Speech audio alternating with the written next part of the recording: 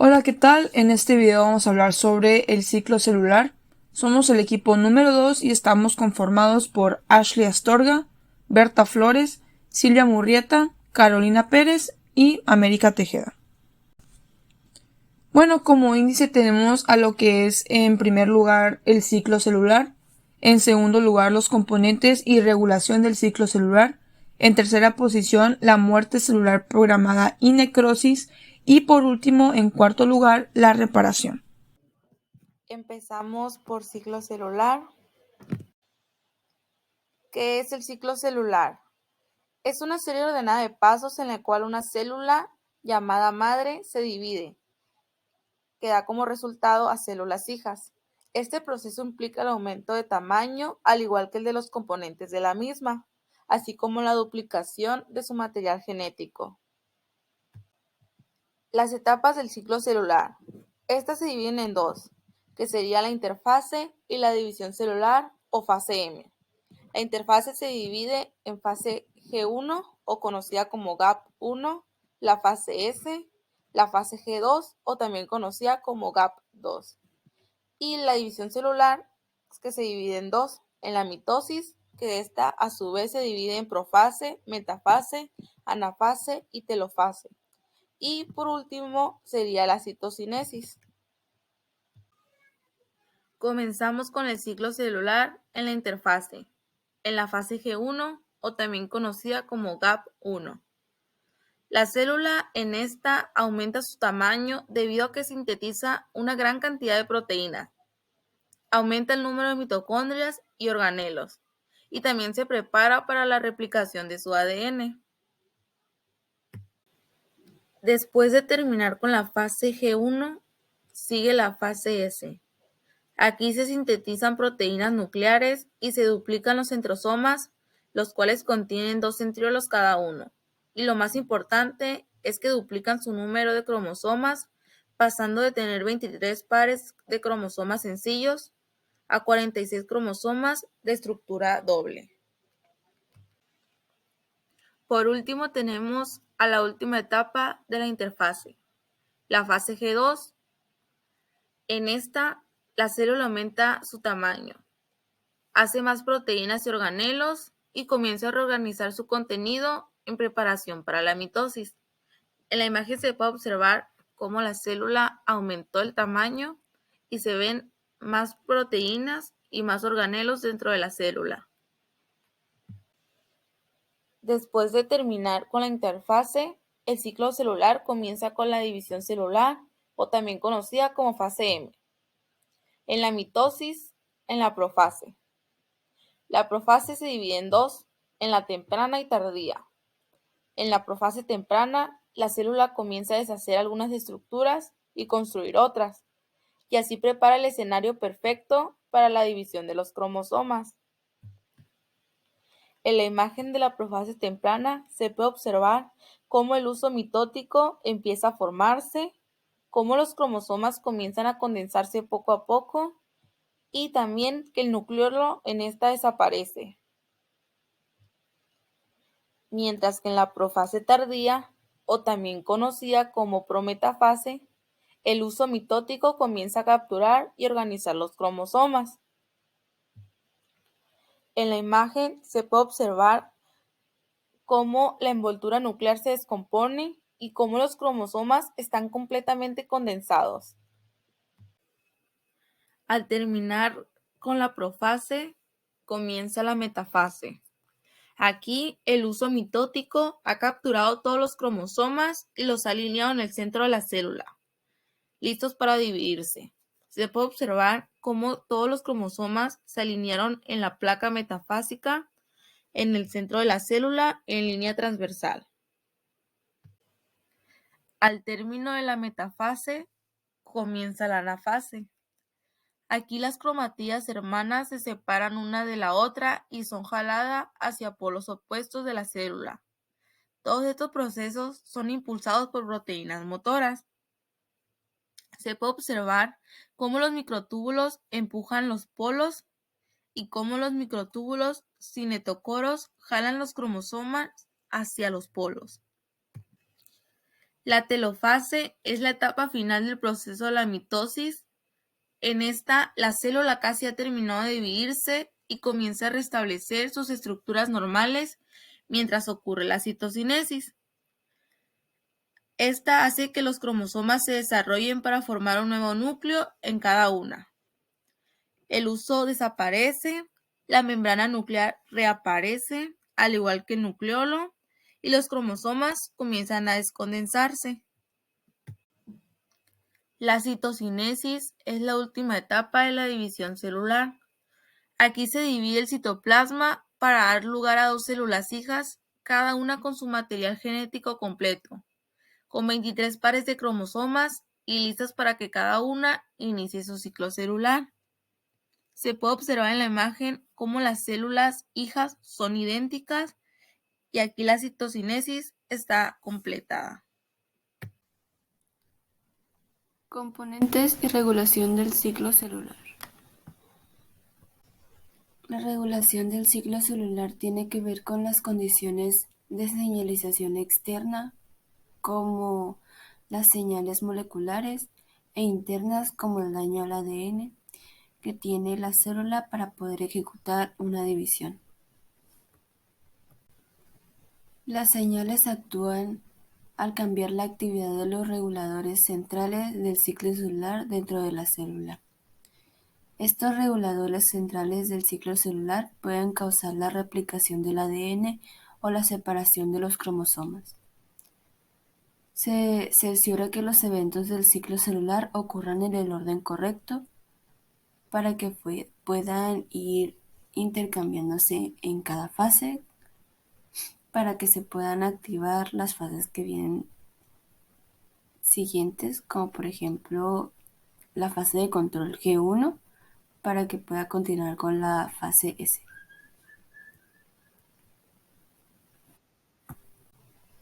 Los componentes que intervienen en la regulación del ciclo celular serían las proteínas llamadas ciclinas. Después tendríamos a una familia de enzimas llamadas CDK, que serían quinasas dependientes de ciclinas, y un conjunto enzimático llamado APS.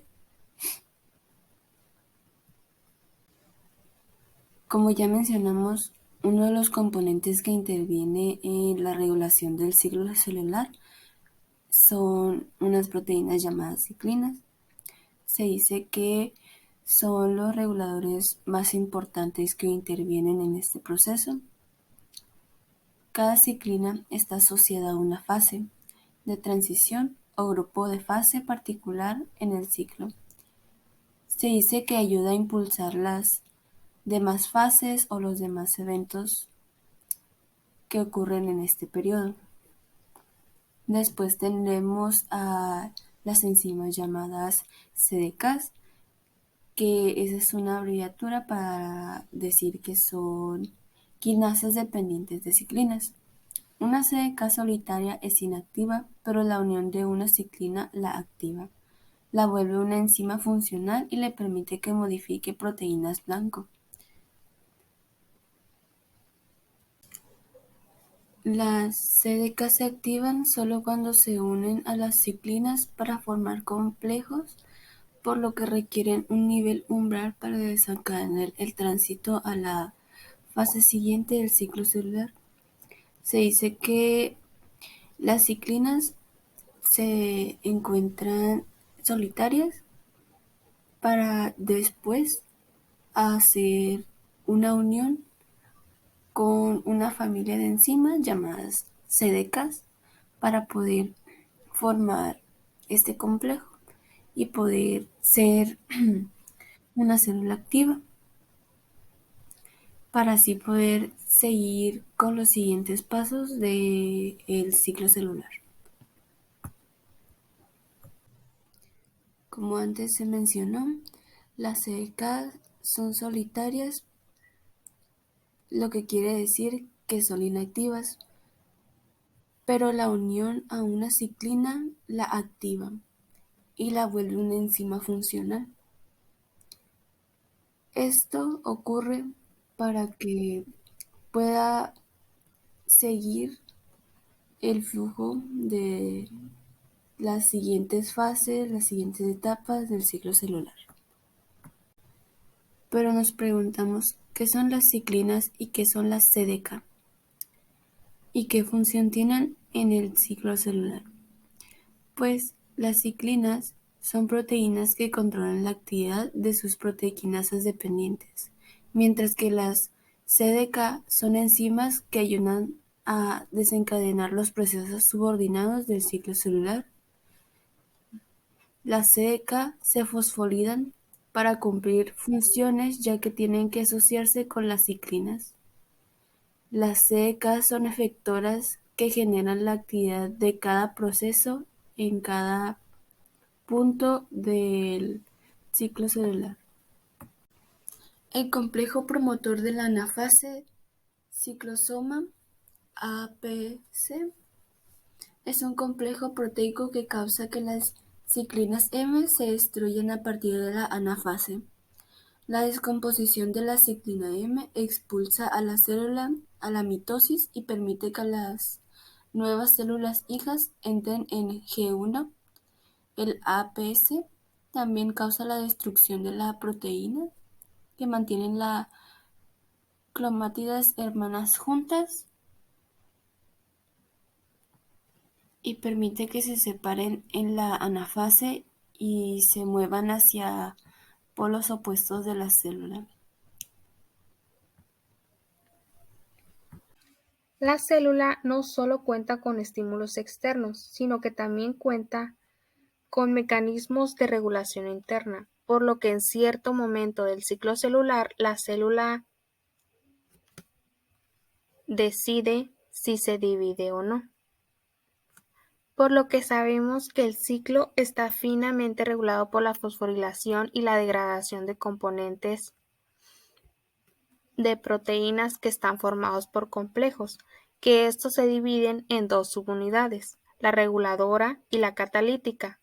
La reguladora se le denomina ciclina, ya que varía su concentración en forma cíclica, acompañando los cambios que presenta o que experimenta la célula durante el ciclo celular.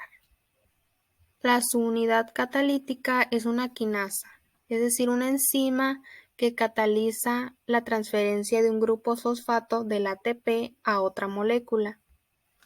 Esta quinasa se denomina quinasa dependiente de ciclinas y sus siglas en inglés son CDK y solo actúan cuando está asociada con una ciclina. Los reguladores directos de las transiciones del ciclo celular son las CDK, las ciclinas y las APC. Controlan el tránsito en la célula por las fases G1, S, G2 y M. En las células humanas hay por lo menos 6 complejos CDK, ciclinas, diferentes, que intervienen en la regulación del ciclo celular. Estos complejos son los que controlan el tránsito de la célula, actuando en forma secuencial, los cuales se pueden resumir en 4 grupos. El primer grupo lo conforman las CDK ciclinas G1, que se expresan y se ensamblan cuando las células se van a replicar, actúan promoviendo el pasaje de G1 a S y en la progresión de la fase S. Intervienen también en la síntesis de las ciclinas necesarias en las etapas posteriores del ciclo. En las células humanas, las CDK4, la CDK6 junto con la ciclina D son las entidades que conforman estos complejos. El siguiente grupo de CDK ciclinas G1S, pues estos complejos preparan a la célula para la fase S, al estimular la síntesis de enzimas que participan en la duplicación del ADN en las células humanas. Y la CDK2 junto con la ciclina E son los que conforman estos complejos. Seguimos con la CDK ciclinas S, que estimulan el ingreso de las fases de la síntesis, activando la fosforilación de forma selectiva y así activando las proteínas que participan en la replicación del ADN. Y esto ocurre solo una vez por cada ciclo celular, de manera que en cada vuelta del ciclo, cada cromosoma se replica solo una vez. Y así se mantiene constante la cantidad de cromosomas. Y las que conforman estos complejos son la CDK2 y la ciclina A. Por último tenemos a la CDK ciclinas M, que se forman durante la fase S y la fase G2, pero permanecen inactivos hasta que se completa la síntesis del ADN. Ya activados inducen la condensación cromosómica, la desintegración de la envoltura nuclear, el armado del uso mitótico, el alineamiento de los cromosomas en la placa ecuatorial durante la metafase, permitiendo su inicio. Luego de estos eventos, las ciclinas mitóticas son degradadas, lo que permite que los cromosomas se descondensen, se reconstruya la envoltura nuclear y el citoplasma se divida. En las células humanas, la CDK1 y la ciclina B son las que conforman estos complejos. Todos estos complejos se activan y se inactivan por síntesis y degradación cíclica de las ciclinas, ya que las CDK están presentes pero no siempre activas. La presencia de CDKs es constante, pero su activación depende de la presencia de ciclinas, que se van sintetizando y degradando en las diferentes etapas del ciclo de manera controlada. La activación e inactivación sucesiva de los distintos complejos CDK ciclinas tienen una consecuencia muy significativa, que es que el ciclo celular marcha en solo una dirección. Muerte celular programada y necrosis.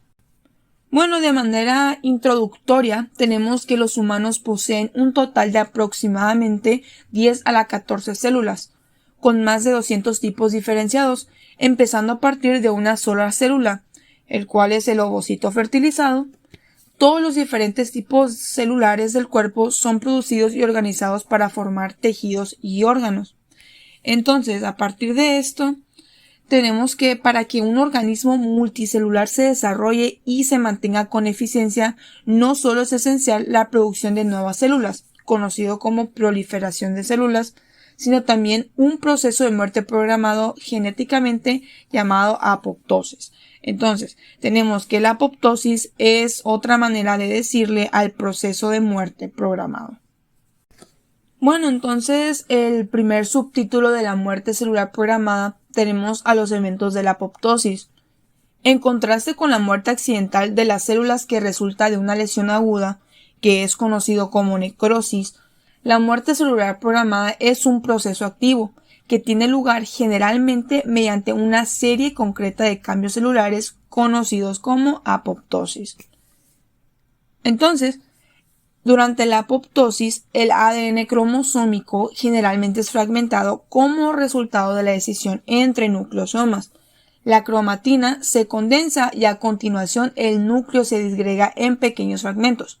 Finalmente, la célula encoge y se rompe en fragmentos envueltos de membrana denominados cuerpos apoptóticos. Entonces, en la parte inferior vemos dos imágenes. Podemos ver lo que es una célula normal y a un lado un cuerpo apoptótico. Y en la parte derecha podemos ver una representación visual de estos eventos de la apoptosis. Bueno, siguiendo con el mismo subtítulo, tenemos que las células apoptóticas y fragmentos celulares son reconocidos de forma eficaz y fagocitados mediante macrófagos y células vecinas, de modo que las células que mueren por apoptosis son rápidamente retiradas de los tejidos. Por el contrario, las células que mueren debido a necrosis como resultado de una lesión aguda se hinchan y se lisan, liberando su contenido al espacio extracelular y causando inflamación. La eliminación de células apoptóticas está mediada por la expresión de las señales denominadas COMEME, presentadas en la superficie celular. Estas señales incluyen a la fosfatidilcerina, que normalmente está restringida a la cara interna de la membrana plasmática. Durante la apoptosis, esta misma se expresa en la superficie celular, donde es reconocida por receptores expresados en las células fagocíticas. Bueno, siguiendo con el siguiente subtítulo, tenemos a las caspasas, los ejecutadores de la apoptosis. Las caspasas son los últimos efectores o ejecutores de la muerte celular programada, desencadenando los eventos de la apoptosis mediante la escisión de más de 100 proteínas diana diferentes. Una diana clave de las caspasas incluye un inhibidor de una ADN-asas, que cuando está activada es responsable de la fragmentación del ADN nuclear. Adicionalmente a lo mencionado, las caspasas escinden ambas láminas nucleares, dando lugar a la fragmentación del núcleo y las proteínas citoesqueléticas, desencadenando la desorganización del citoesqueleto, la vesiculización de la membrana y la fragmentación celular, y las proteínas de matriz de Golgi, lo que induce la fragmentación de este aparato. Las caspasas también escinden y activan una escramblasa que transloca la fosfatidilcerina desde la cara a la externa de la membrana plasmática. Bueno, ahora siguiendo con reguladores centrales de la apoptosis, la familia BCL2. El destino de la célula, ya sea la vida o la muerte, está determinado por el equilibrio de la actividad preapoptótica y antiapoptótica de los miembros de la familia BCL2, que actúan para regularse entre ellos. Las proteínas efectoras proapoptóticas como BAX y BAC son efectores corriente abajo que inducen directamente la apoptosis. Son inhibidos por interacciones con los miembros antiapoptóticos de la familia, como BCL2. Los miembros solo BH3 de la familia se encuentran corriente arriba de la cascada y se encuentran regulados mediante señales que inducen la muerte celular o la supervivencia celular. Una vez activados, los miembros solo BH3 inician la apoptosis mediante dos mecanismos. Uno, antagonizan a los miembros de la familia antiapoptótica BCL2 y dos, activan las proteínas efectoras proapoptóticas BAX y BAC. Siguiendo con este mismo subtítulo, entonces, cuando se activan BAX y BAC, se oligomerizan para formar poros en la membrana externa mitocondrial, provocando la salida del citocromo C del espacio intermembrana de la mitocondria. La liberación del citocromo C se desencadena la activación de las caspasas, en particular la caspasa iniciadora clave en las células de mamífero, caspasa 9, es activada mediante la formación de un complejo con APAF1, llamado apoptosoma. En mamíferos, la formación de este complejo también requiere al citocromo C. La activación de BAX o BAC resulta en la liberación de citocromo C al citosol, donde se une a APAF1 y desencadena la formación de apoptosoma y la activación de la caspasa 9. Una vez activada, la caspasa 9 escinde y activa las caspasas efectoras situadas más adelante en la vía, como la caspasa 3 y la caspasa 7, para provocar, en su caso, la muerte celular. Bueno, entonces al siguiente subtítulo tenemos las vías de señalización que regulan la apoptosis. Las vías que inducen la apoptosis en las células de mamífero se clasifican como intrínsecas o extrínsecas en función de la implicación de las proteínas de la familia BCL2 y la identidad de la caspasa que ponga en marcha la muerte celular. La vía intrínseca se activa por las lesiones del ADN y otras formas de estrés celular, mientras que la vía extrínseca es activada por señales procedentes de otras células. Un papel importante de la apoptosis es la eliminación de células dañadas, de modo que diversos tipos de estrés celular, como daños al ADN, infecciones virales y agotamiento de factores de crecimiento, inducen la apoptosis. Esos estímulos activan la vía intrínseca de la apoptosis, lo que induce la liberación del citocromo C por las mitocondrias y la activación de la caspasa 9. El agotamiento de los factores de crecimiento se considera otra forma de estrés celular que activa la vía intrínseca de la apoptosis. Entonces, algunos polipéptidos secretados activan a receptores que inducen la muerte celular a través de la vía extrínseca de la apoptosis. Estos receptores activan directamente una caspasa iniciadora, la caspasa 8. Los polipéptidos que actúan para señalizar la muerte celular en esta vía pertenecen a la familia del factor de necrosis tumoral FNT. Se unen a miembros de la familia de receptores TNF que pueden señalizar la apoptosis en una diversidad de tipos celulares. Uno de los miembros mejor caracterizados de esta familia es el receptor de superficie Fas, que juega papeles importantes en el control de la muerte celular en el sistema inmune. Bueno, pasando con el último subtítulo de la muerte celular programada, tenemos las vías alternativas de muerte celular programada. Una de esas vías alternativas de muerte se denomina autofagia. En los mamíferos la autofagia puede contribuir a la muerte celular inducida por diversos tratamientos patológicos, como las farmacoterapias o la infección con algunos virus. La muerte celular por autofagia no depende de la participación de las caspasas y las células moribundas. En lugar de mostrar los rasgos morfológicos peculiares de la apoptosis, se distinguen por la acumulación de lisosomas. La muerte por necrosis también puede ser programada en mayor medida que un sencillo proceso de lisis celular incontrolada inducido por una lesión aguda. A diferencia de la necrosis incontrolada, estas formas de muerte celular necrótica regulada, también llamada necroapoptosis, son una respuesta programada inducida por estímulos como una infección o daños al ADN. En estas condiciones, la necroapoptosis actúa como un mecanismo alternativo de muerte celular en ausencia de apoptosis.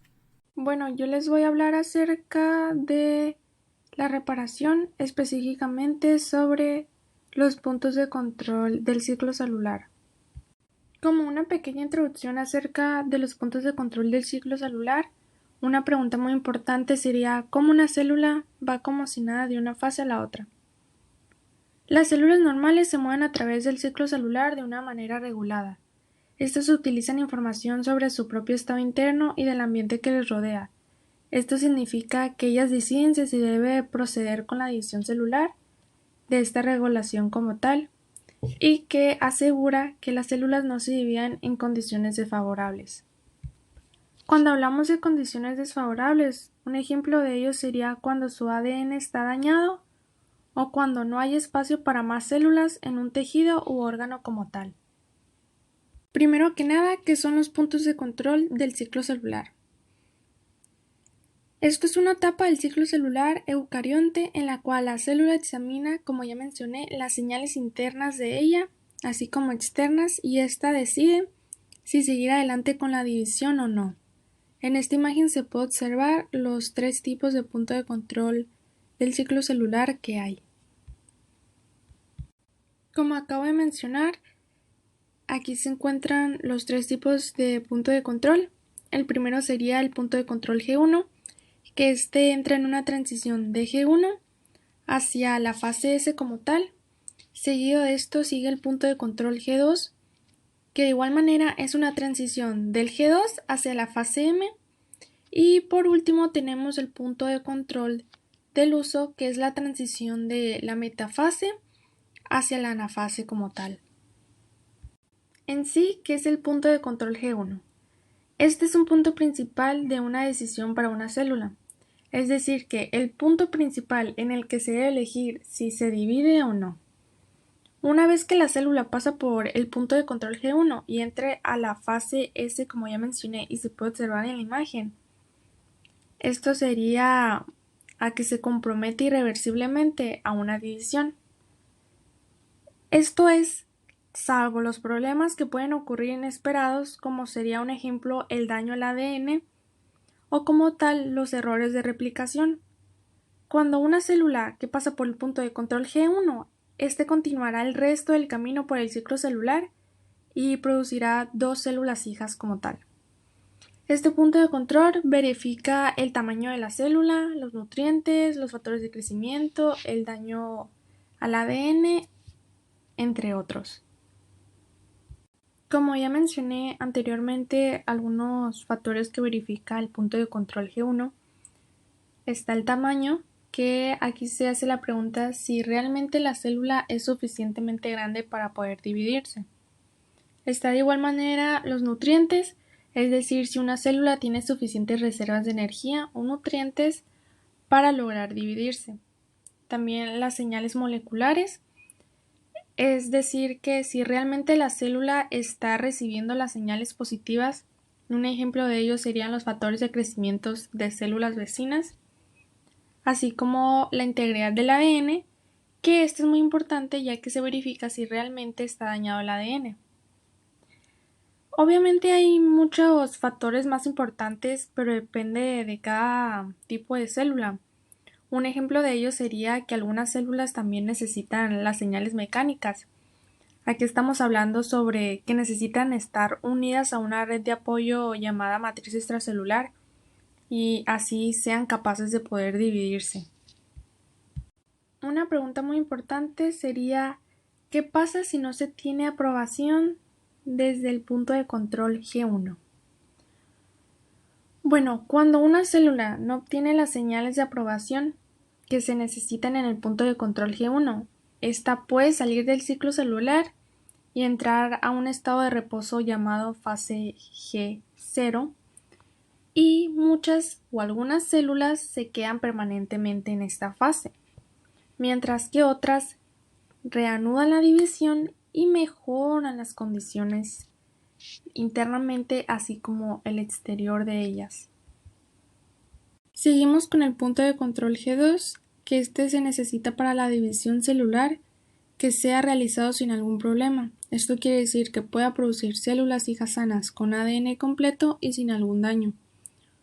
Cuando la célula tiene este punto de control adicional, que es antes de la fase M como tal, se llama punto de control G2. Este verifica el daño al ADN y la integridad de replicación de este. De igual manera, en este punto de control G2, pues la célula comprobará la integridad del ADN, si realmente sufrió algún daño, la replicación del ADN, si el ADN fue realmente copiado durante la fase S, y si se detecta algún error o daño, la célula se detendrá brevemente en el punto de control G2 para que ésta pueda realizar reparaciones. Cuando se haya un daño que es irremediable, la célula puede experimentar lo que es la apoptosis, o si no, que se lleva a cabo una muerte celular programada. Por último, tenemos el punto de control del uso, que este se encarga de que la célula examine si todas las cromátidas hermanas están unidas correctamente a los microtúbulos del uso, debido a que si hay una separación de estas durante la anafase, este podría ser un paso irreversible. De igual manera, el ciclo no procederá hasta que todos los cromosomas estén firmemente unidos. Pues cuando un cromosoma se encuentra fuera de lugar, la célula detendrá lo que es la mitosis, y este da un tiempo para que el uso capture al cromosoma perdido. Por eso se basa en verificar el acoplamiento del cromosoma al uso en la placa metafásica. En conclusión, ¿cómo funcionan en realidad los puntos de control? Son los que dan señales internas y externas que accionan vías de señalización que van dentro de una célula, que activan o inactivan. Un grupo de proteínas centrales son los que impulsan el avance del ciclo celular como tal.